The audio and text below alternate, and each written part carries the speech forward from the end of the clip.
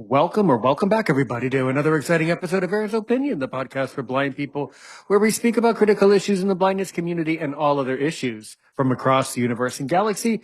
Today, we have the honor and pleasure to be joined by Nicole Harris, someone to whom I honestly do not know a whole lot about, but I know that you're doing a lot of great stuff for blind people all over the world. You have quite the following. You're doing a lot of different projects.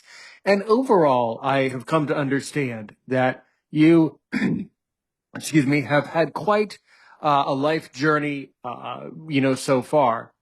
So we'll work through and talk about everything you want to talk about and everything you're doing and things like that. But why don't you first of all start out by answering my question that I always like to ask, and we'll just kind of walk through your life journey. So, who is Nicole Harris? I'll mute my Nicole? microphone for a while. Awesome. Dig right in. Go ahead. Nicole Harris is a brass knuckle beauty, a strikingly beautiful, brilliant, and inspired soul. I'm also a beautiful accomplice, and that simply means that I help others understand how to support people on their terms. And I always use the term accomplice over allied because allyship tends to deal with power structures. When you're accomplice, if one person's getting in trouble, both of y'all are getting in trouble. So if I need support, I'm going to want an accomplice, somebody that's going to be there with me through the moments where I'm trying to navigate a world that is not necessarily set up for me. And I learned this because I've been an advocate for over 20 years, and then I've been advocating for myself for the past 12 years. And so from the time I was 12 years old, I was always advocating for other people, and I didn't know that I naturally built those skills. I naturally became a leader, and my name actually means leads people to victory. So it just kind of the stars aligned, and I started to live this life where, by all means necessary, I help people understand that number one, they're powerful, and then number two, you can be an assistance to someone else on their terms and not make them feel belittled or babied or any of the things like that. Really, really good. All good. So, why don't you walk through a little bit more about, in my case, Nicole, I was born blind and I'm 33 years old. So I was born blind with glaucoma and a congenital heart defect. But why don't you walk through a little bit more about, I think, as I understand, you were actually born sighted. You were not born into this Yes, beautiful blindness world, right? So why exactly. don't you kind of push rewind back up, put it in reverse for a bit and walk through, okay, how did you lose your vision? Walk through that whole experience. The reason I ask is Yes, it's deeply fascinating to me as someone who was yes. born blind. I really intellectually and philosophically struggle I really struggle in a philosophical way to have, I guess, to understand what it must be like to become a blind person, only because I was never a sighted person. So, so Yeah. you see, that's a very specific thing. I would like to tell you that I have compassion for you as a blind person. And I will tell you that I have compassion for you as a person, but not because you're blind. In other words, don't call me sorry. Don't say sorry to me. I'm not sorry. There's no sorrow in blindness. So yes, why don't you walk through your journey, both physically, emotionally, philosophically, spiritually, as far as you growing up, you were born sighted and then became blind. Walk through it. Yes. So it of all things was on New Year's Eve when I discovered that something was really wrong with my eyes. And what ended up happening was I was given the wrong medicine. So I'm going to do my makeup as I love to do. And I was like, is it the lighting in here? I don't know why I can't do this pink cut crease, but something is wrong. So we were going to my sister's first party, New Year's Eve party at her house. And I go in the door and I'm like, I don't know what's wrong. There's something wrong with my eyes. She's like, okay, let's just get through the New Year's. So she did my makeup. And then immediately that Monday morning, I went to the doctors and I went to the emergency room and they gave me the same antibiotic that they'd given me previously. They're like, oh, we don't know. Just take the antibiotic for a little bit longer.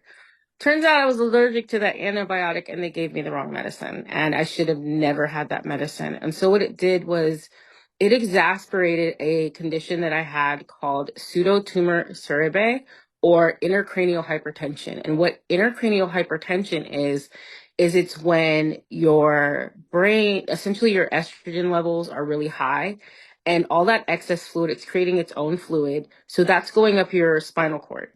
And then that's putting pressure on your optic nerves. So back when all of this happened about 12 years ago, they didn't have a lot on it. So it was about 10 to 15 days where they were like, don't go back to work. Stay at home, stop taking the medicine, do all the things. So I was a slew of appointments. And every time the ophthalmologist would look at my eyes and they'd be like, they'd run out the room. And I was like, if this happens one more time. Now, mind you, I'm going blind, but I have nobody taking me to the doctors. Like, I'm literally catching a bus and doing everything by memory. Fortunately, my skills as an early childhood educator and taking thousands of children on field trips for like 15 years, I was very safety conscious. So I was listening and looking, and all the things that would help me in mobility training, I was already doing. So finally, my ophthalmologist says, I need you to go to your neurologist. And I go to my neurologist, and he's like, runs out the room. It's like, oh. And then he comes back like 15 minutes later. He's like, when they have a bed for you in the neurology unit, you need to go. So I just thought I was getting another spinal tap. I was used to spinal taps for them to check my levels, check my fluids, and all of that stuff. And they're like, you're going to get a lumbar drain. And so that procedure is where they're sticking a drain in your back to lower the levels of fluid in your cranial cavity safely. And thank goodness I walked on fire like 5 years prior, because that was the most excruciating pain I ever experienced in my life. They gave me little to no lidocaine, and it was just, I had to stay completely still. And the best way to describe it was like electricity going through my arms and legs, and I could not move. Like, I could not move because they were in my back. And my sister, she had looked on her little S2 Galaxy phone at the time, and she was telling the neuro, she's like, I see people in the pictures, they're curved over. My sister's super flexible. Just drop down the table a little bit. And so finally, my sister just kind of got up and dropped down the table. And then they finally, after about 45 minutes, got the drain on my back. And then I had to sit there for 4 days. And so my sister was so great. She like bought me movies to watch. We laughed, we joked. She played meditations for me just to relax and things like that. And so after that experience, it was like, well, what's next? My career was gone in an instant. I was stuck at home, and then I was going to doctor's appointments, and it was like signing up for Social Security, getting my California state disability. All of these things I had to do on my own. My family wasn't set up to do this. I have a young son who's like 11 going on 12. Like, this is January of that year was a crazy month. And I was like, how am I going to do all of this stuff? And then I remember going to this hospital, and I was like, you did this to me. You gave me no resources. And I'm like crying because I needed a paper sign for an appointment that I had. And I'm like, I have no money. Like, I don't know what to do. And so what ended up happening was she gave me two phone numbers, and that was for the Vista Center, which is located in Palo Alto, California, and the Lighthouse for the Blind in San Francisco, California. And I called both of them, and the Vista Center got back to me first. And so then that's when I got my intake. But my intake didn't start till like March or April of that year. So it had been about 3 months since everything happened.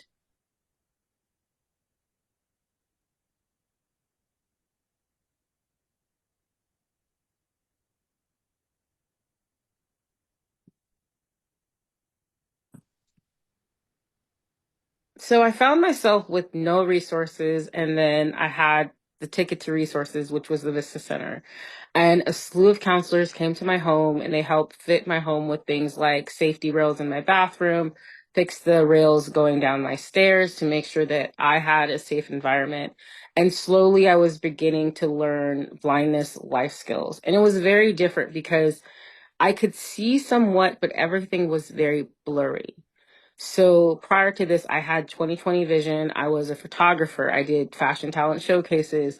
I was an early childhood educator. So I was a Jill of all trades, to say the least. And it felt very much like everything was taken away from me because some of the simplest things I couldn't do. At the time, I had an S2 phone.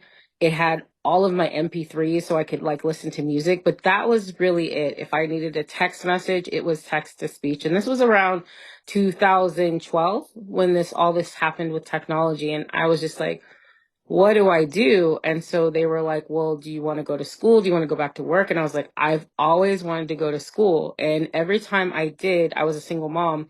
So every time I wanted to go to school and I'd go to the college, I'd sign up. They'd be like, well, you got to quit your job for CalWorks, which is a program that supports single mothers, would pay for it. And I was like, well, I'm not doing that. I have to pay rent. I have to pay for my child. I can't just say, bye, responsibilities. And so this was like my golden ticket. And I'm a person that always wanted to learn, wanted to get my bachelor's degree, but I became a mom at 19. And so it was very challenging for me. So then immediately I was ushered into technology training. So I went to my community college. I said, I'm going to be coming here next year. I talked with the assistive technology teacher. She said, great. I am teaching a student with voiceover next year. She's like, I prefer that you get a Mac. I was like, cool, let's go. And I also was team Mac because I had previously bought a Toshiba and I was like, I need to take it to the store if I need to fix it or anything like that. So we had a great time learning all of these things. I received a Victor Reader. And then what ended up happening is about 6 months into this journey, all of a sudden I started going lights out. And so then I started doing mobility training lights out. And I was like, what is going on? And finally, of course, the doctors would go in the room and run out again. And then I was like, what is happening? And they're like, you have a cataract growing over the eye that you can see out of. And I was like, what do you mean?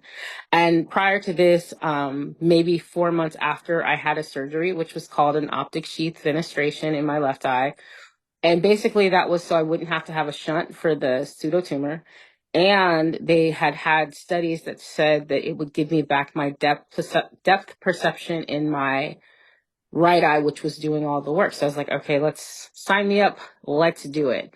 And I really hope that the medical system gets better in America because I literally was there the morning of the surgery at 5 a.m. and they're like, you have a $2,500 copay. And I'm like, I have no money.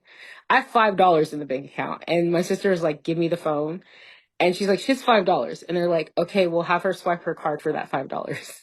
It was crazy, but I had that surgery. And then when I received the notice that I had a cataract, they're like, well, it's not going to make a difference. And I was like, well, it makes a difference to me because I can distinguish my money.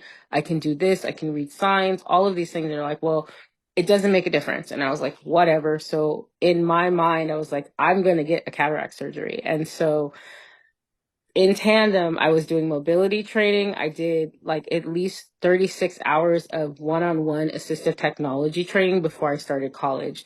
And then I started with actually a full course load of 12 units, and I loved every moment of it. Now, it was kind of different navigating my campus because I could kind of see it before. So I had to find different landmarks and kind of do it all on my own. But my college was a really nice, welcoming community. And then fast forward to I get a call and they're like, we can do a surgery on your eye. And it was actually the last day that I had insurance with that hospital. And so when they took that cataract off, I was like, freedom, because it just felt like I wanted to claw my eye out sometimes because you have something growing over your eye and you feel like you've lost everything. Yet I'm always kind of like a Pollyanna where I always look at the cup half full. What can I learn from this? And that's just something that I've learned from working with children for so long, for advocating for young children and things like that. I understand the power of words. And like I worked with my son on just saying, you know what? You learn differently. There's no, like, I don't believe in attaching stigma to things. And I'm like, we'll figure out the tools and the strategies for you to thrive. And so if I'm telling my child that, then I have to be strong enough to tell myself that. So then fast forward to, I kind of started dealing with the blindness isolation because I would hear conversations around me, but I wouldn't be in the conversation. And I was hanging out upstairs and I heard a group of people just like making a ruckus in this room. And I was like, what is this place? And so I happened to be facilitating dialogues because I was a communications major and I got my certification and I happened to be with the president of the Associated Students for Skyline College. He's like, oh, you're dope. You should join our council next year. I'm like, okay, let's go. Let's do it. So the next thing I know, I was filling out paperwork to become a senator. And of course I ran and I won. And then it was an instant kind of having a friend group, going to conferences, doing a lot of things, going on retreats. And I absolutely loved and thrived in college. And then that first semester when I was a senator, I decided that I wanted to go to a UC school. And so I was like, my counselor looked at me. She's like, Nicole, you're a senator. You're president of a couple clubs. Like, I was a social butterfly at this point. Everybody knew me. Everybody knew I'd be volunteering in the ways that I could. And literally, I was just like, okay, let's go. And she's like, if you want to go to UC Santa Cruz, you have to take 18 units basically until you leave. She's like, you can't do any more student government. I was like, yeah, whatever. And she didn't know that I wanted to be president. So then the next year, I was president of the student body and I was doing 18 units. Plus, I was doing, I was the treasurer of the Black Caucus of California Community Colleges. And I was doing that and I helped coordinate their 14th conference. Like, I was doing a lot of things and it was amazing and I loved it. And then I ended up securing the 2015 Carl F. Pister Scholarship for UC Santa Cruz.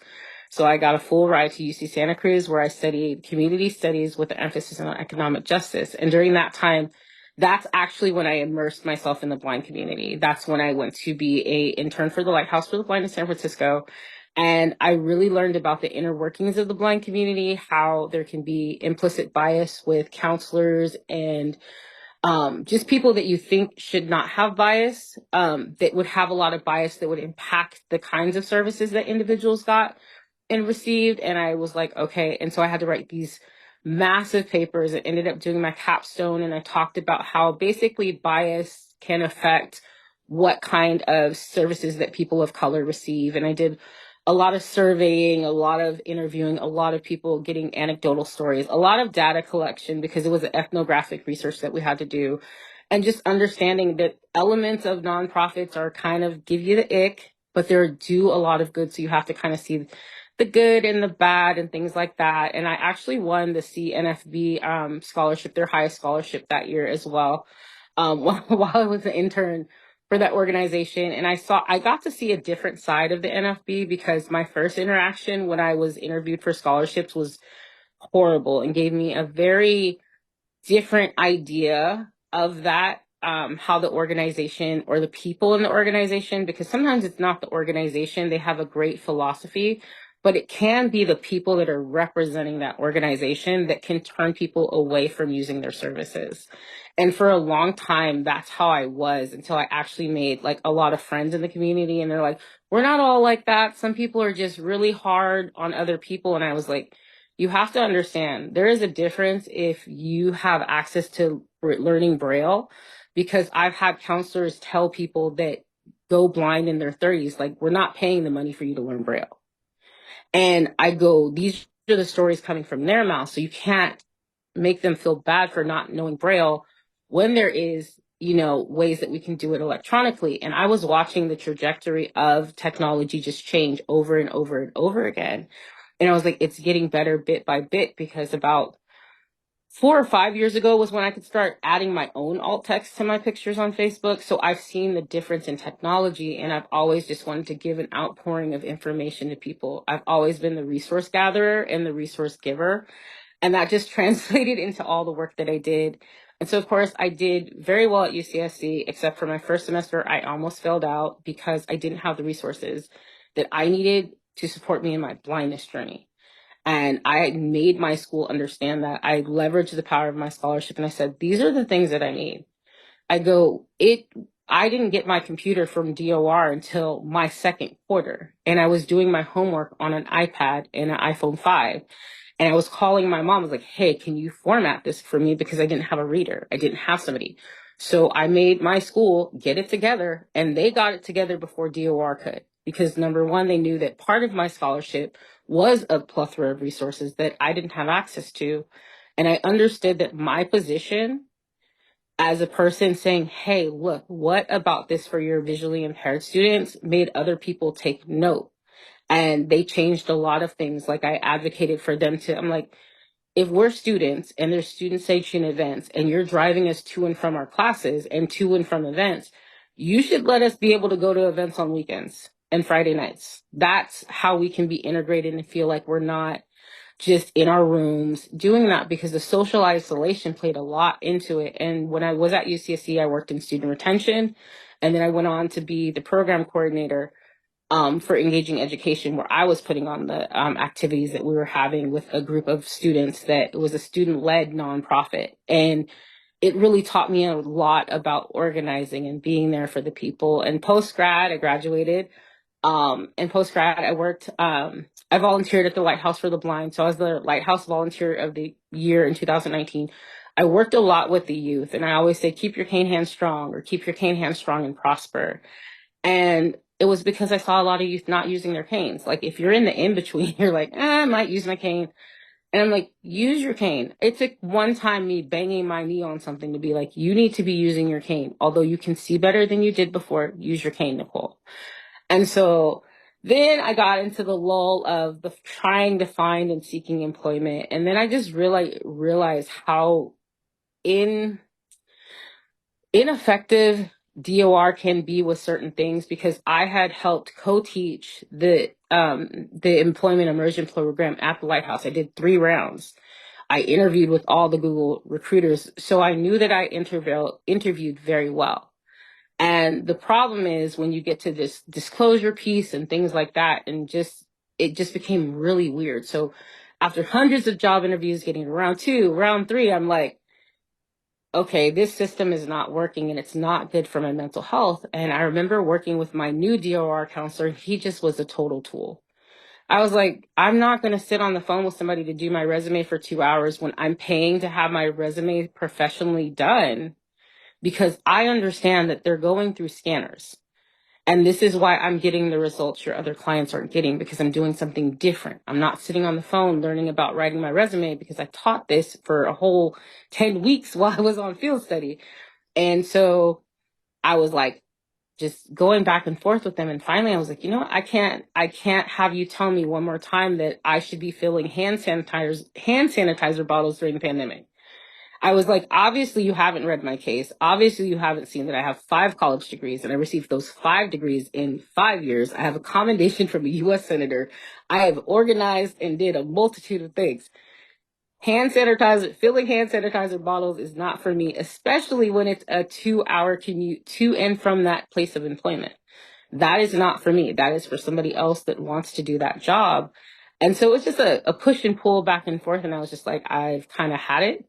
And so I haven't really worked with DOR. When I did talk to them like recently about going to grad school, they were kind of like, well, you have to do it this way and you have to do it that way. And I was like, the person that was my counselor was being very rude, disrespectful, and condescending. And how did you guys remedy that situation? You didn't. So you're penalizing me and not assisting me with my job growth when I actually know. And, it's funny because sometimes when there's blind people with like PhDs, they talk down to you. And I was like, they were like, how did you get 600 participants? And I was like, because I run multiple Facebook pages. I'm in multiple groups. I talk to multiple people. I go to multiple conferences, and I'm not combative, and I don't use my education as a tool of saying I'm better than you. And that, for me, a lot of times I've experienced that in the blind community, and I never want to be that way. I try to call in versus call out. And so fast forward to the pandemic happening and me discovering TikTok, and then me teaching blind people how to market and things like that. Then I pushed away from that because, the numbers weren't numbering. And then fast forward to like a year or 2 later, I found out that I had ADHD, and I was like, oh, this is why sometimes I feel so sad when things aren't going my way when it comes to rejection sensitive dysphoria. And then earlier this year, I just made the decision. I'm like, you know what? I'm going to teach blind people how to do this, because my thing is, I don't want you to feel isolated. And if social media is a way for you not to feel isolated, I'm going to teach you how to work it. And I'm going to figure it out from the lights out perspective, because I know that I can see a lot. I have a lot more vision than some people, and I can give you little tips that will help you. Like, one of the ones that I recently was working on was developing hooks with people, because hello, I'm blind is not a hook. That's a statement about you, and you're not calling in the audience. And a lot of times what happens is we parrot or mirror what we see. And yes, that's going to work for like Molly Burke, because she's had her audience. She's been building her community. She's been building everything that she's done for a long time. And she has a lot of people help on deck. And there's nothing wrong with having hands on deck. But I always remind students that when you compare yourself to her, you're going to be fighting a battle that you're going to lose, because Joseph Campbell has said comparison is a thief of joy. So I'm like, let me teach you from the ground up. Okay, here's how to get lighting. Like I taught one of my friends that was lights out. I'm like, here's how to be in the frame, in the shot all the time. And I taught him this method and they used it. And I was like, okay, cool. You got it. You're in the frame. And sometimes people, I'm like, FaceTime if you want me to double check and make sure that you're in the shot.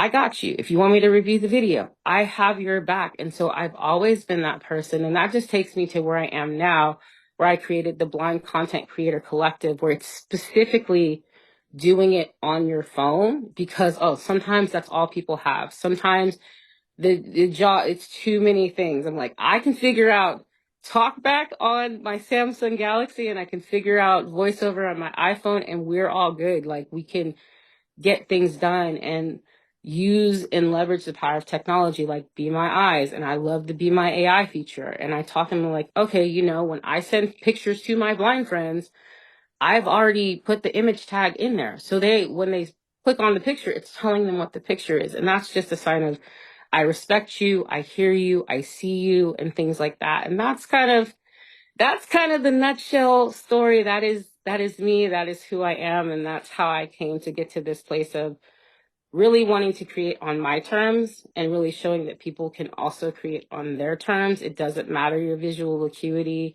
You know, it's just what's in your heart to create and how can I help you create it? And that's why I'm here today. Well, my name's Aaron's Opinion. I support your message.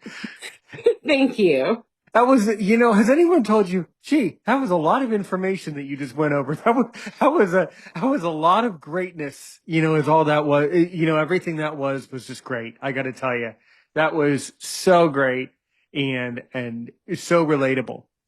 I will tell you that, yes, you're very right that many people seem to be getting PhDs for the wrong reason. And that's something that I don't understand because I don't have a PhD. I do have a bachelor's, but not a PhD. That is a problem. And I think that blind people are really affected by that. You're very right. It does seem to be, and you noticed it, that in the blindness community, we have a lot of blind people who spend time worrying about their competition and cutting each other down and all Mm-hmm. these various things. And it's very, very unproductive. Because the one thing you do want in a healthy economy is healthy competition. But people don't Yes. understand that. You want people to be doing better than you because Mm-hmm. if people do better than you, then A, it's someone that you can look up to, perhaps, but also in an odd way, it's someone who is actually potentially one of your future supporters. So Exactly. you want people to be above you. You don't, in other words, you never want to be the smartest person in the room. You Mm-hmm. want to be, now I'm not going to name drop, but someone very famous, and for people who listen to podcasts all the time know who said it on a podcast, but I'm not going to name drop it. But someone said something, and I'll paraphrase it. What you really want is you want to be kind of at the, put it in my own words. You want to be at the origin. When you're doing math, you want to be on the X and Y axis. You want to be at the point where those two things meet. You don't want to be too high or too wide or too left or too right. You want to be right in the middle is where you want Exactly. to be. The problem for people is, well, then where's the middle, right? We know what left is. We know what right is. We know what down and up are, right? But Mm-hmm. where's the middle? And that's where it's very difficult. It seems like you work. By the way, thank you for being an early childhood educator. It seems like you've done a lot to help children. And I Yeah. just can't thank you enough for doing that. Um, Children deserve great people and great teachers. And unfortunately, my life, don't worry, articles to follow. Check your PM in Messenger to see the articles. Oh, When I awesome. when I get around to it much later, not tonight, but another night when I have a moment, um, I will send you a couple articles about my past. And I will tell you that my parents had to advocate for me as well. And it's a very, very difficult battle for many blind people and many sighted parents. And it's a constant struggle, and I think the funny thing about all this is that it seems to me, or it's my imagination, and you can decode this, it seems to me that the amount of people who are either misinforming or disinforming are growing, or is it just social media? I don't know. What would you say to that? And what I mean is, you see them all the time. These people who post in these groups for blindness things, and they post and they don't necessarily have all the facts right, and I get that, but sometimes they're posting and it's blatantly obvious to me that they haven't put forth any effort at all in researching Mhm. and learning about the issues, and that is a problem. If you can't spend the time to do the research, to get off your ass and do what needs to be done, then I really have limited sympathy. You know, Exactly. now maybe you have other ideas about that. The other, so A, what's your idea about that matter? About all these weird people, and I don't really want to say weird people, but you know what I mean. These people that are clearly well intentioned, but when push comes to shove, they either end up being a misinformer or a disinformee. You know, in other It's, words, yeah. what is really first end of that question? A, what am I really trying to ask? B, because I know you understand me. B, Mhm. what's really going on there? Like, is it my imagination? What's that about? Yeah. I think there is a rise, or I believe that there is a rise of just one complete and total misinformation. And one of the things that I noticed just from teaching children from a very young age. So repetition, one of my favorite Tony Robbins quotes, repetition is the mother of all skill. So you're only going to get better the more you do. And if you're not teaching your child to find context clues, then they're just going to parrot the same rhetoric. And I feel what happens in these groups is people want to be seen. So you can either A, go counterculture where you're going totally against the group norm, or B, you're just going to be like, I'm standing on what I'm saying. This is it. I'm absolutely right. And it comes like this like collision course for like not moving forward as a group. And one of the things that I have to tell people all the time, I go, there's different levels of access based on a multitude of your intersections. And that's like the parts that make you up. So your ethnicity, where you grew up, if you were in a two-family home, if you had access to a four-year education, if you were introduced to services as a child. And yes, parents might have had to advocate, but then there's some students that don't have parents that know how to advocate. And a lot of children benefited from me having to advocate for my son because I was like, hey, I got you. I'll be in that IEP meeting. And one of the things that's funny is like, how did you get therapy written into your son's IEP? And I was like, it is beneficial for my son to talk to someone other than his family members about what he's experiencing. So he has an outlet in a safe space for him to talk. And somebody was like, how did you do that? And like, I think it was a quote from the Dalai Lama. And he was like, know the rules so you can break them effectively. And I just read all the rules and read all the things and learned how to state that. And that's why, like, I remember my DOR counselor was like, well, we don't give people iPhones. And I was like, well, why did you have 6 people come here and give me an iPhone, say I need an iPhone? So I, being the person that I am, I went to my assistive technology teacher at my college and was like, hey, these are the things that she said she wanted to have.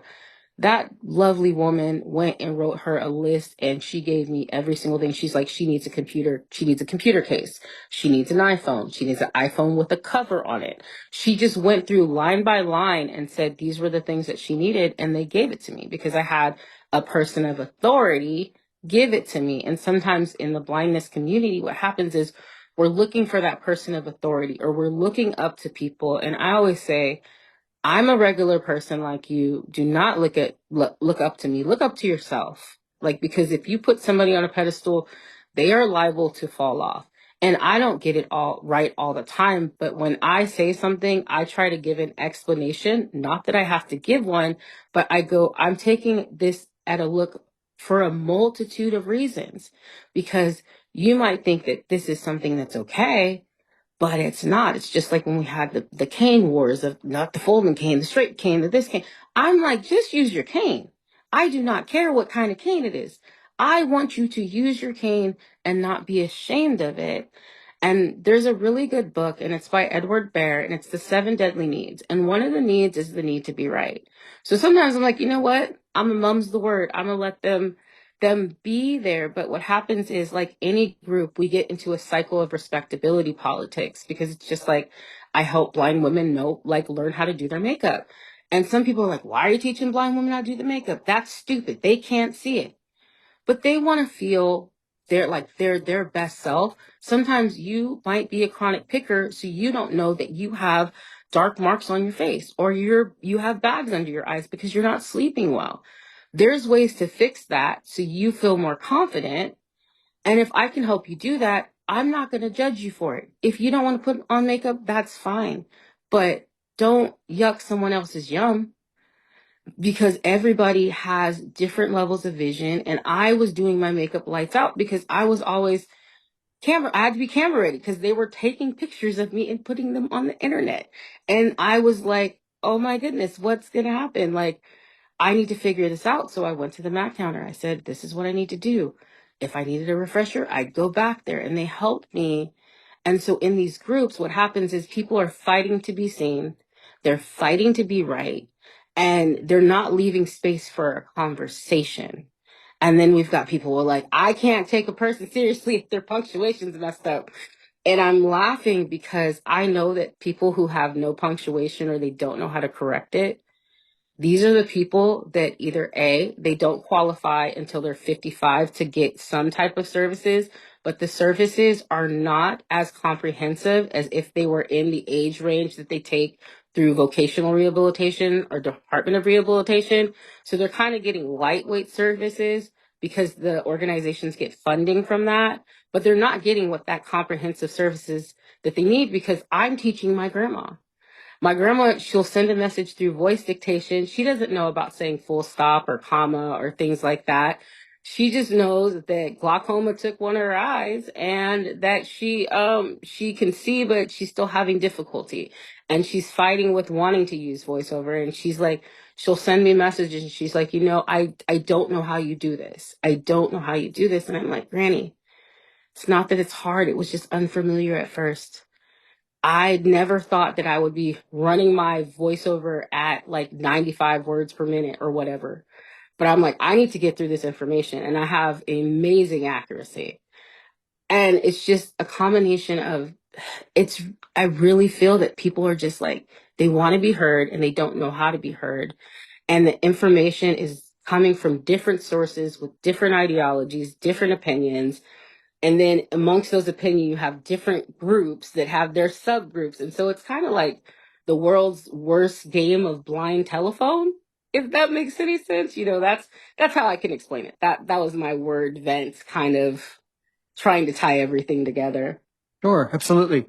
It sounds like also you have a lot of degrees and a lot of knowledge in a lot of different sections and areas. So the other thing that you kind of touched on throughout this whole beautiful story, economic justice. So you're probably someone that's very interested in the economy and Yes. economics, for one thing. So economics, A, it's fun to talk about, and B, it's interesting. And then justice is fun to talk about, and it's Yes. interesting. So what is economics? What is justice? What is economic justice? Yes. How do you see blind people participating in economics, the economy, and justice? What do you really Oh, think? I love that. So UCSC had two paths. They had the community justice. They had the medical justice path, and they had the economics justice path. And I was like, I've dealt a lot with the medical justice part because I actually had to try and sue my hospital for what happened, because they gave me a medicine that I was actually allergic to. So I was like, I'm going to stay away from that. So we moved right on into the economic justice. And so economics is basically understanding the fundamental structures of this country. It's where the money goes, where it's going to, and it's basically how we operate. Who has the money? Who doesn't have the money? Who has the ability to spend the money? Who's using social services? Who's not using social services? And so we really focused on, okay, what is our impact on a community and things like that. So like every couple years, if you're on SSI or SSDI, you'll get that COLA allotment. So where your subsidy or your SSI or SSDI will go up by like 3.2% for the cost of living. That is not really the cost of living, because when we start to look at economics on like a micro level and how it affects blind people, the problem is based on if you had like two parents, based on if you had an advocate, based on if you had all of these things at access, and let's say even based on if your counselor likes you. You might have that pathway to college where you talk to that counselor or you talk to that DOR counselor. It's like, oh, you know what? You should do the work, ticket to work program. So then you go from getting your degree to the ticket to work to a job, which can lead to economic freedom or economic sustainability. However, let's just say you're not the best student. You're not necessarily following or doing what DOR wants, and then you're kicked out of the program. So you kind of have your skills, but you don't, but you're trying to find it. What messes everybody up when it comes to the economics of blind people is, number one, as a part of the disability community or the people with varying abilities, is economics impacts us a lot. And that's through legislation and things like that, because like there's a lot of people that choose not to get married if they're blind or visually impaired or have a varying ability. Why? Because then they're going to have to pay for medical insurance. They lose their benefits. I've seen this happen. A TikToker is like, oh, me and my boyfriend decided to get married. And then they realized that they lost their payment. As soon as they got married, that was gone. So that secured amount of money that was coming in was gone because guess what? You got married. Somebody else can support you. So when it comes to being a person with a disability or a varying ability and you are on SSI or SSDI, you have a lot of life decisions that are impacted by that. And that's where the injustice occurs. Because let's say you're in an area where there is a higher, the housing prices are higher, they're more valuable. So that means there's more funding to help you. So like, for instance, in my neighborhood, there is a food pantry, but the food pantry will deliver to the disabled or people with varying abilities and the seniors. So you don't have to go and pick up that food. And so these little different things impact people significantly, and people are ashamed to use services like EBT. Like I was telling somebody, I go, if you have an EBT or a SNAP benefits card, guess what? Number one, if you want to go to a museum, you can go to museums for free. You just check on the website to see which museums you can go to. And if you're getting services like Instacart, you don't have to pay that yearly subscription. You can pay $4.99 for the first year. So instead of thinking, oh, I don't have the $9.99 or paying $9.99 each time you're ordering food, because part of economics, if you don't work, you don't have a job, you can't take the Ubers. And with that stat being only 1 in every 4 blind people are gainfully employed, these things matter. So it's like all the things economically stack up. You're like, oh my gosh, this is so much. So in my class, I focused on the employment element. And then I actually experienced what I wrote about in not getting through to the next job. And I feel like one thing that blind counselors and people have to do is let us express that frustration. Don't course correct us when we're saying, you know what, this is my lived experience. This happened to me. You can't tell me I'm not a good person if I held high jobs when I was in college because I was responsible for a budget. I was making big money decisions and doing all of the things of a program coordinator for a nonprofit organization in college. But when I come out into the world, the real world, after post college world, it's like, oh no, we're gonna go with somebody else. But I also learned to, after a while, not take it personal, because I sat on hiring committees. I know how it goes. You have all the things you want, you get ranked 1 through 5, and then they pull. And my frustration was getting to those other levels, the higher levels, where it was like between me and 2 candidates. And then what really got me with the economics of it all was really when a blind organization was very able. So it was like it was the most ablest job interview I had. And it was very interesting, but it was a case of, I have a PhD. I know better than you. You couldn't possibly do all of the things that is required of this job. And I was like, whoa, wait a minute. You don't know my network. You don't know that I've been an organizer for forever. And I came to this interview. I traveled 200 miles within 8 hours to be at this interview, and then made accommodations to stay for another interview on Monday, and you don't think I can do the job? It was one of the most pivotal to disrespectful moments that I ever experienced. And I remember crying so hard because I would have never thought that the blind community would be so ableist and so just It was very interesting, but I also am very in tune with when somebody's threatened by what you're saying or what you're doing, because I showed up to the interview with an entire media kit. And I was like, well, this is how you guys can make your Facebook page with the alt text so it's actually accessible and do all of these things. And I was like, okay, where do we go from here? How can I change my economic status? Because I'm still a mom, I'm still trying to make it and things like that. And so fortunately, I found avenues to where I kind of have a buffer because I'm a Google trusted tester. And when they have surveys, I'll do that, but it still sucks. That's the part about economics and the justice part. It sucks when you want to work and you want to do what you love, but you can't, or your only options are, okay, do you want to, fold napkins? Do you want to make mattresses? Or do you want to do this because agencies have government contracts? And I was like, but I don't want to do that. I want to teach. I want to teach on the collegiate level, and you're barring me for that. So you're stopping my economic progress by your bias. And that's where the injustice happens, is when people see us as we can't do things. We are explaining things that don't need to be explained. And for the lucky few that have transitioned into successful work placements, a lot of times it's because they had a team of people behind them. They worked diligently to get there. And there's just not as many understanding people. Yeah, it's exactly the problem. And I'm not really sure myself, and I'm sure you have an answer to this.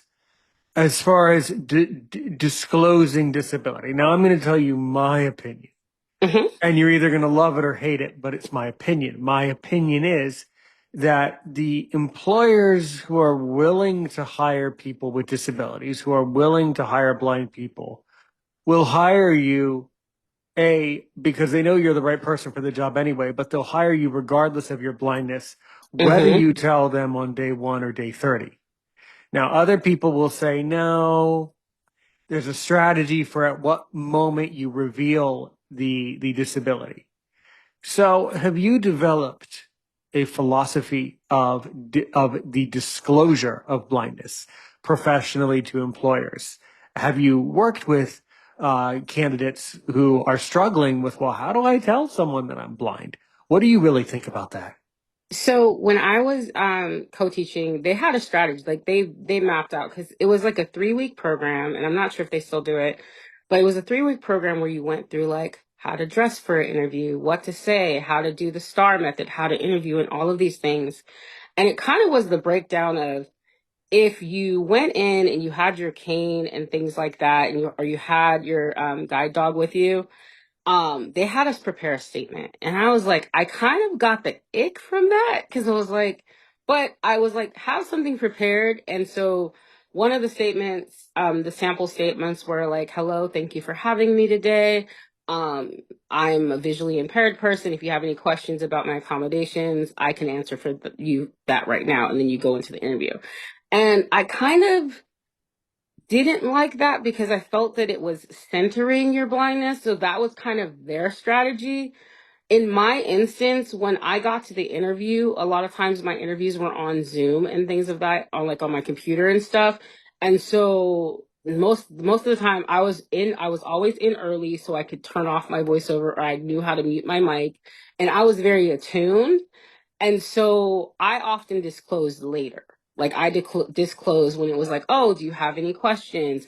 And then I would start asking, okay, well, what kind of accommodations do you have for a person that's visually impaired? Because I am visually impaired, and I want to assure you that I can do all the skills that are listed in the job description. I just would like to know more about your accommodations policy. But that was when I was in like one time I had like 4 interviews and it was like, this was interview 4. And I was like, okay, was getting to the last one. And I was like, okay, you better just disclose now so they know it. And sometimes what happens is you kick yourself in the foot because you think, oh, did I disclose too soon? And I really believe that if you go in there being you, they're gonna obviously see that you have a cane, and if they're gonna want to hire, they're gonna want to hire you. And I don't think that, in some ways, I think having a statement is pandering, but then I also think in some ways, the way the organizations kind of get their pay is by saying we're teaching these specific student learning outcomes.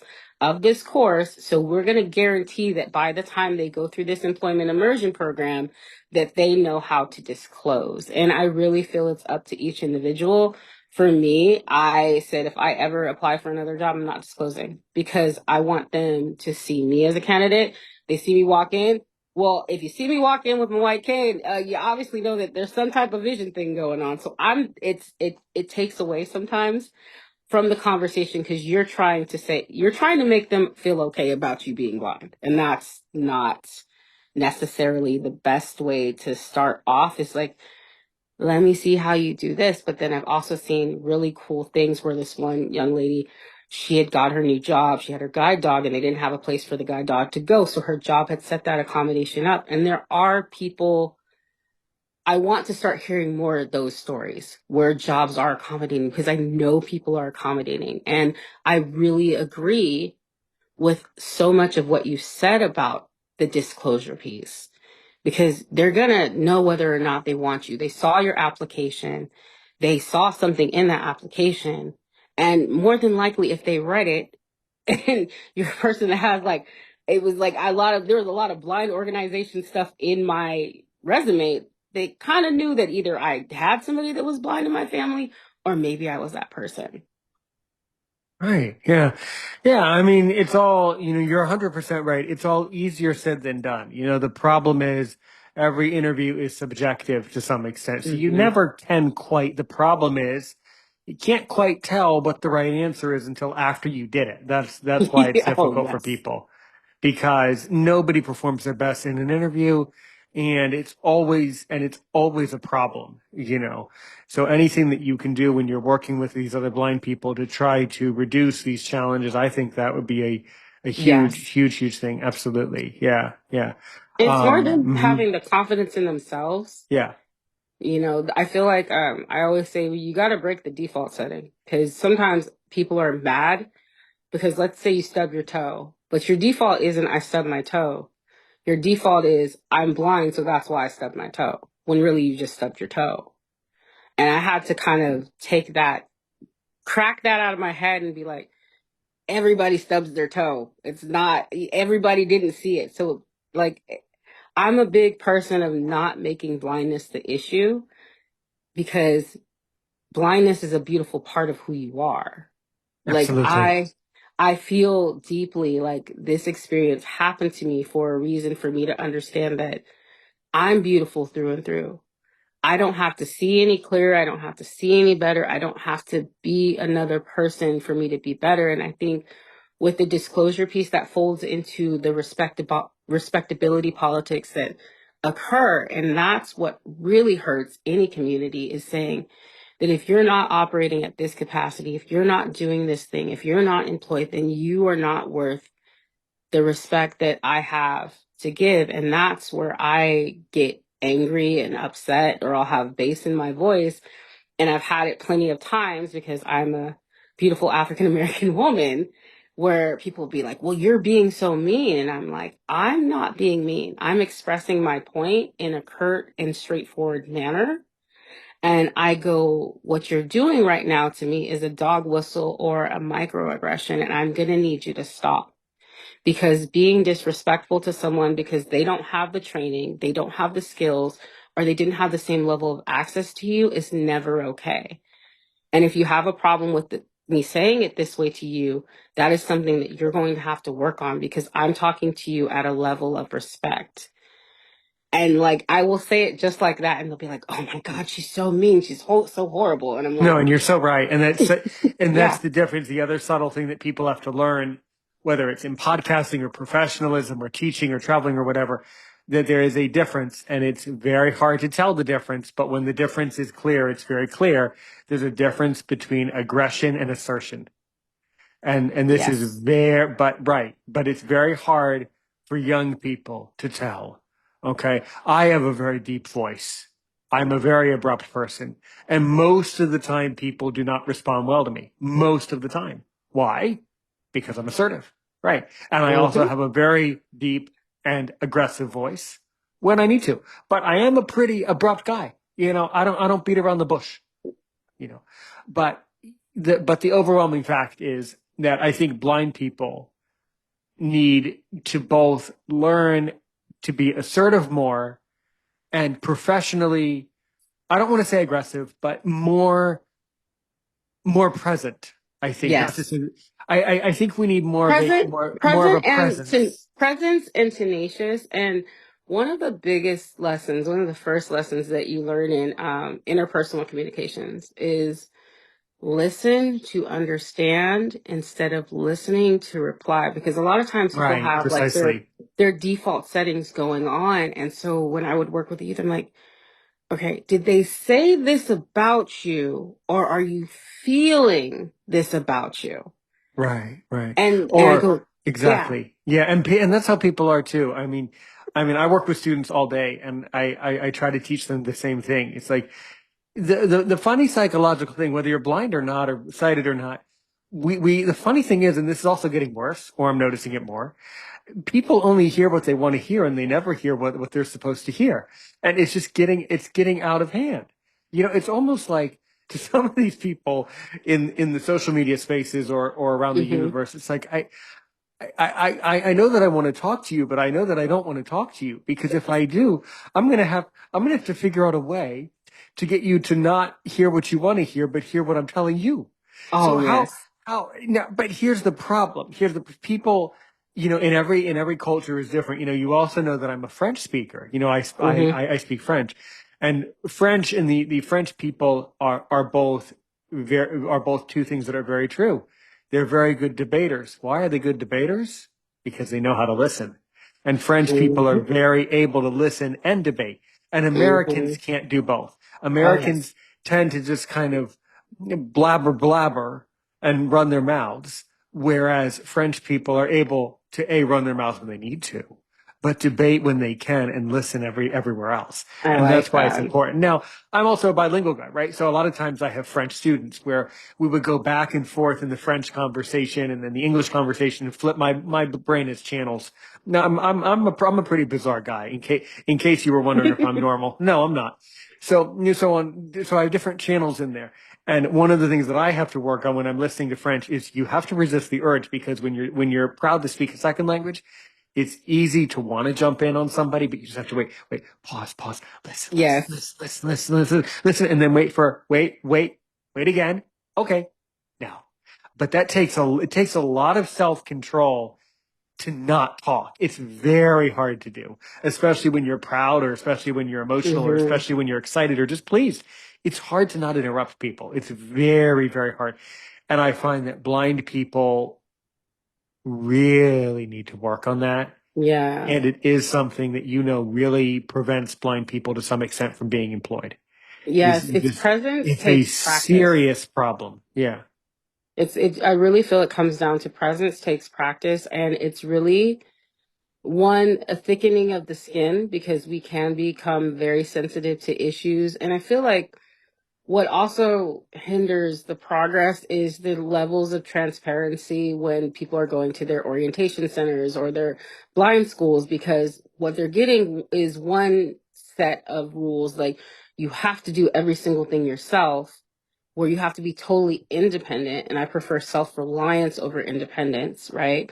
And then you have the other part where it's like, but okay, my technology teacher has a person that is going through all of her paperwork, making sure that all of her paperwork is correct because it's going off to a government office. So what is that messaging that's telling people? And then it's also lack of social interactions with people, because I had to learn how to navigate conversations as being a person that can't necessarily read social cues because I can't see them any longer. So then I'm listening with intentness and I'm like, okay, stay focused on the conversation, wait for them to pause what they're saying, and then you can articulate your thought. And this also helped when I was teaching my son how to have better communication as a person that had like a nonverbal learning difference. And I was like, okay, a conversation is like tossing a ball back and forth. And what happens sometimes is you meet a blind person and then they just verbal talk all over you, just all over, mile a minute. And I will say this to the fullest. I'm a yapper and I'm also a professional yapper. They have paid me money to talk. So when I'm saying something, I mean what I'm saying. And I also have over the years developed the skill of really listening and being present and being like, okay, what do they want to know from me next? Because I don't have to give my entire life story now in this one moment. There's many chapters. And I always thought, I'm like, if you're a blind person, you have a lot to say, write a book. Just go ahead and write a book and you'll get it all out of your system. And then you'll start listening more often. And it is the communication aspect that is a very big component of blind people being employed, because if you can't operate with office culture, if you can't know how to voice what you need from your employer or be solution oriented, I've always been solution oriented. And even when the school wasn't helping me and DOR wasn't helping me at UC Santa Cruz, I still was solution oriented. 90% of my work was done. It was just that I needed help editing it. And when I got that assistance, when I got that computer, within 4 weeks, I had all of my past semester's work turned in and I had straight A's. But that was just with a little bit of assistance and saying, hey, communicating effectively and saying, this is what I needed. And they were like, oh my gosh. And I graduated from UCSC with a 3.8. And I never had that problem again because I effectively communicated and I was doing well at my job. Even at my job, I had several meetings. I had to listen. I sat on a board. I had to sit and say, okay, well, we're writing this $32,000 check for this speaker. What do we think about this? And working in groups and learning how to organize, that's what helps. And I think the internal, how you feel inside, also impacts how you communicate at work. I think you're right.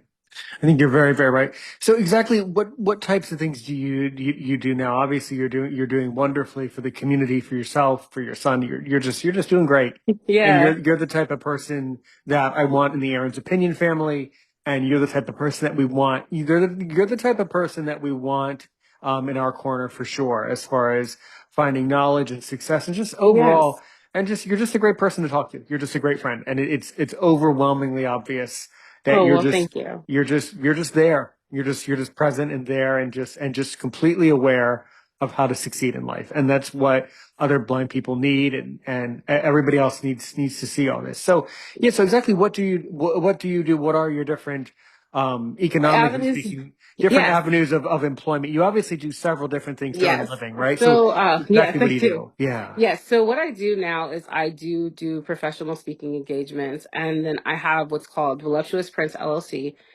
Thicker is better. So I actually make, I don't like the term low vision. I've never liked that term, but I Well, you know just said it. Why are you saying it?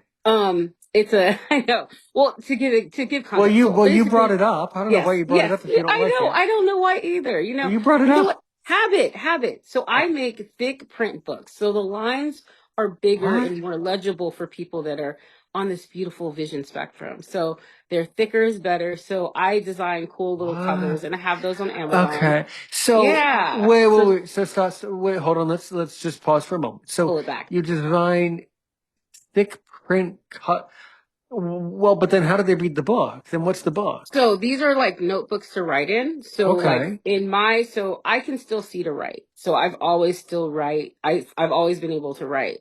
So for me, I love writing my affirmations and things like that. Mm-hmm. So I would go to like the lighthouse to go get notebooks, but I just felt the type of way by saying low vision notebook. Like I was like, I can still see things. I'm like, I'm very picky with words. Like, Okay. so when my son, when they said, oh, your son has a nonverbal learning disorder, I was like, absolutely not. You have a nonverbal learning difference. We got to figure some things out. You learn differently. And so even with the ADHD, I always told him you learn differently because I understand the stigma that is attached with the word disability. And I was someone was like, for governmental purposes, you are a person that has a disability. You are not disabled by any means. You have things that are working for you. We have to give you the systems and the tools. So I was very particular with words. And I was like, I always loved things that were bigger and legible and things like that. So I created like my first voluptuous print coloring book. And so that was where it was bigger pictures and things like that because when you're there, they have low vision rehabilitation Hmm. So it was one of the ways that I naturally knew how to do a lot of things with fine motor. Like when people are like, I have a hard time, putting a plug in an outlet. And I was like, you need to practice putting beans in an ice cube tray. Why? Because you're working on those gross fine motor skills. And so those are skills that I've always kept up with. And so that's why the doctors were kind of confused when my visual acuity got better instead of got worse. And it's because I've never stopped doing eye exercises. I've never stopped like drawing and coloring books. I've never stopped writing. I've never stopped doing these things in the past 12 years. I'm always doing something to just make my senses sharper. So it's not necessarily that I can see the plug better. It's that I've developed the skills and the muscles in my hands to do that task better. And so what happened was I was like, well, I want cute notebooks for me to write in. And so then naturally I just created the Voluptuous Prince LLC. And so then every Oh, couple of cool, cool, months, cool. yeah, Yeah. so I'll just release those on Amazon and people can pick them out. And then now that I created my first memoir, Beautiful Accomplice, like now I'm officially an author. I wrote my memoir. It's the most authentic and unapologetic version of my story that took me about a good 8 months to write. And Good, good. I really focused on that. And so I do that as well as my advocacy work. Now I am working with the Center for Fighting Blindness, and I'm in the aspect cohort number 9. And what we're learning to do over basically a 20-week period is learn how to advocate. And then next year we will go to DC. So I'm transitioning back into my advocacy work. And then on top of all these mishmash gosh things that I'm doing, I actually will sometimes on occasion I will ghostwrite for people. So I will write their copy for advertising and marketing campaigns. So like I do freelance work on Fiverr. So like somebody will be like, this is the campaign, this is what I need from you. And then I will write that because my hobby is marketing and advertising and things like that. So Hmm. I love that. So yeah, so I will have different copies for little brands, people that are Mm-hmm. trying to figure out their social media tags and stuff like Hmm. that and all of those things. So that's kind of what keeps me Hmm. afloat and Yeah. keeps me Yeah. doing the things that I want to do. So since I couldn't find the traditional 9 to 5 job, I created my my own Sounds like kind you're of jobs where I sounds could like you're have, doing it sounds like yeah, you're doing great. because I didn't want to be depressed about it. I couldn't do that anymore. Well, good. Well, don't. Is your book that you wrote your memoir, is that on Audible? Because I love Audible. It isn't on Audible because Audible has one of those gatekeeping walls where you have to have someone professionally record it. So now I'm looking into that where I can have somebody actually record it. Because I was like, oh my gosh, so it's on Kindle and like I don't like the Kindle reader, but it can be read aloud to me on Kindle. So it's Kindle and then it's hard copy. And when Hmm. I did the hard copy, I actually did the hard copy in the font set for Mm-hmm. people that are legally blind. So my aunt, she's 89, she called me, she's like, first of all, you didn't tell me you wrote a book. Second of all, I'm so glad that I can read it. It's easy on my eyes. And I was like, well, Auntie, I made it that way because I wanted people that were legally blind that could read it to not feel like they were left out because I'm just a very inclusion focused person. Right. And it's always just been who I am. You've heard it in my story. I just don't want people to feel the pain that I felt. And we're always going to experience pain at any point in time.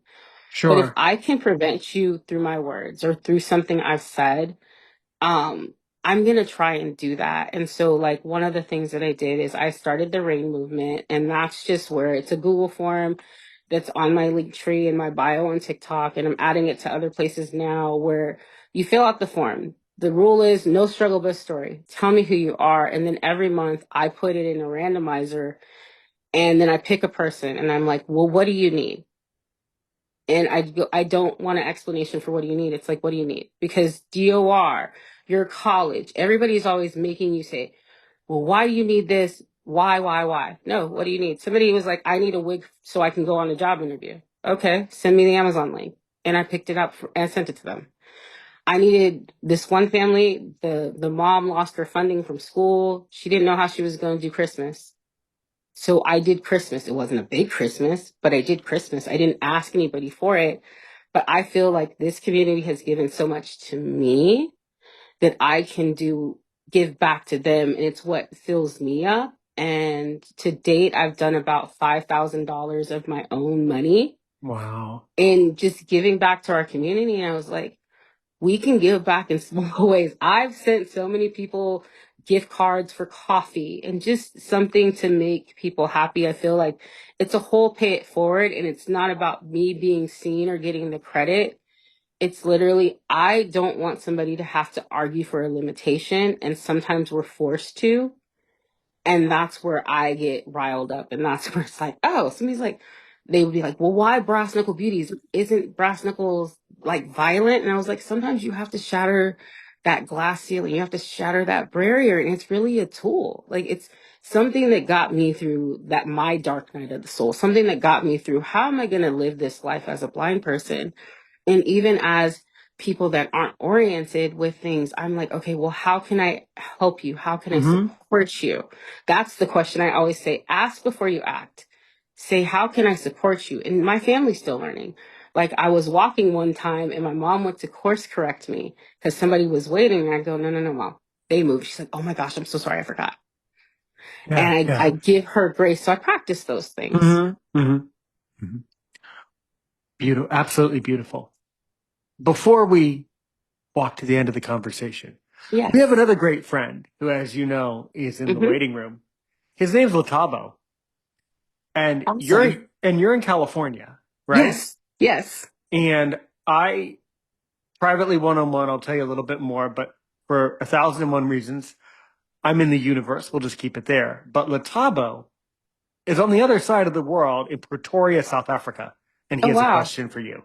Awesome. He's also a fellow broadcaster, podcaster, extraordinaire. He's also got a story and a presence. Let's bring him on. I'm sure he has a question. All right, yeah, he does. It Awesome. looks like he's pulling on his headset. All right, Awesome. let's do this. Yeah. All right. I know you have a question. One question, go, Latavo. Okay. Well, let me just say first thing this morning. Well, I just want to comment before I do the question. I just like Nicole has said, about advocacy and like getting back to the community because as well as I do say, um, there's this other center that we are basically I'm working at. So yeah, I think it's like it deal with mental disabilities and all that stuff. But It's a I little just hard want for me to to hear you. Yeah. Yeah, okay, Latabo. Yeah, the mic. I know it's late over there. The mic. yeah. Can you either type the question out, just type it, or well, of course, when Nicole Um, joins the WhatsApp group, you can ask her. But yeah, it's or, really or can hard for you me. or can you hear me now? Can Okay, you hear him, I just Nicole? Yeah, that's better now. That's better. I agree. Okay, try okay, one more time, Latabo. okay, no problem. Okay, well, I'll say that um, well, I like the interest, like the stuff that you're saying about advocacy and giving back to the community. So, as I was saying that, well, I've started, actually, I'm in a program, called EPWP in South Africa. Also, like, giving back to the community, like, as I was saying that, in the, what do you call it, the center, like, deals with, people who has, intellectual disability, I can say that. And, well, from my side, I just want to say that I commend you for that. I just want to say that, like the universe, can say that it needs people like you, Nicole. And actually, my question is, here's what my question before I speak, because obviously in the morning I have to get ready for work. The question is, like, what is it like to, give back to the community, especially like the blindness community at large? There is something that is so rewarding because I had, okay, everything starts with a decision. And Mm, I just started 44 days ago that for 365 days, I would go hard in the paint, specifically helping blind people be better content creators. And I gave myself the space and the grace to like change it up. It didn't have to be the same thing. I wasn't going to make it hard. And in that, it gave other people the power where all of a sudden I was in different blindness groups. It just, the universe aligned. And I was like, okay, well, we're here now. Somebody wrote me in a Facebook. They found my Facebook, hit me up in Messenger, and they're like, they wrote in a TikTok. They're like, I'm going to take this seriously. I'm going to take my content creator journey seriously because this is the unconventional avenue that Department of Rehabilitation is not going to pay for. It's not going to be as important to a blindness organization because it's not helping them gain the dollars or the support. That's not necessarily important. It's not a social component that is high on their list of things that will be paid for because that's how the system works. There is a nonprofit industrial complex. That's kind of what my major studied when it came to that economic component. And I was like, I can't be the traditional nonprofit. I have to do everything on my terms. So within a morning, I created a Facebook group. Then I put a post. I was like, tell everyone. And to have that person 9 days later say, I've been creating consistently for 9 days. I think I'll be able to support my family and feel like I'm contributing. That is worth more than any money that somebody could ever give me. And so I do this from the pureness of my heart. I do this because I don't want anybody to feel hopeless. And I don't think they talk about the depression rates enough or the unaliving that occurs self-inflicted to the blind people because they don't want to be here because they don't feel seen. And if I can say, for lack of better words, I see you, I hear you, I understand Yeah. you, I respect you, you're here for a purpose. And sometimes I see in my book, it says, I see the beauty and the brilliance in the dark and in the light. Yeah. The Such, darkness wasn't bad for me, you know? right. And now that you've been through that, and then that's such a beautiful way to come to an end of a beautiful episode. As always, thank you, Latabo. What a incredible way to end the episode. But before we do, Yes. before I say so, how can someone get in touch with Nicole Harris? I want to know if you can ask me, Aaron Richmond, only or Aaron's opinion, either way, only one more question to really make me sweat to see if I'm worth my salt as a podcaster. Oh, What do you want okay. to ask? One Let's question, one more see. question. One question. If you had a magic wand and you could change one element that would help the blind community and it would go across the board. You'd snap your fingers like Thanos and it would be changed. What would it be? I think what I would change is if I could only do one thing, it would be to show that podcasting is a great sense of peace and happiness and knowledge for blind people and everyone. I think that all blind people should try to develop a love for podcasting. And I have found that for me as a content creator, podcasting has given me a sense of peace and happiness and fulfillment. So if I were to say one thing, blind people should love podcasting. Whether you listen to them or produce them, get involved in podcasting. I love that. 10 out of 10 across the boards. There you go. There you go. All right. So if someone wants to get in touch with Nicole, how can you be reached? Yeah, so on Facebook and all social platforms, it is the Brass Knuckle Beauty, and Brass Knuckle Beauty is all one word. On Facebook, you can find me under Nicole Harris, or you can search the Blind Content Creator Collective and just add to the group, and you'll automatically be entered in. And that is how you can get a hold of me. If you message me, I check my messages Monday, Wednesday, Fridays in the morning and in the evening. So I'm always around and available. If you have a question for me, I always answer it, Yeah. and I do my very best. Okay. Very good. We'll click the link in the description. We'll connect later, but I'm sure you'll write a nice paragraph for us, who you are, and then all the socials, all the plugs. All of them, I will hand those to you. Well, there you go. All right, everybody. Thank you so much. Thank you, Nicole, and thank you, Latabo. Nicole, we will connect in just a few moments, or maybe tomorrow. I don't Perfect. really know. We'll Awesome. connect. We'll connect. Just be prepared for a messenger update tomorrow at some point, probably. Anyway, Okay, great. Nicole, you did a magnificent job. I got to tell you, fascinating, magnificent. Keep up, keep doing what you're doing because you're doing the right thing.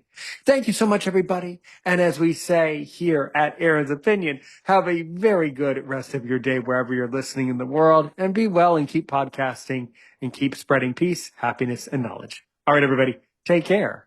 And until next time, help one person today, help 1 million people tomorrow.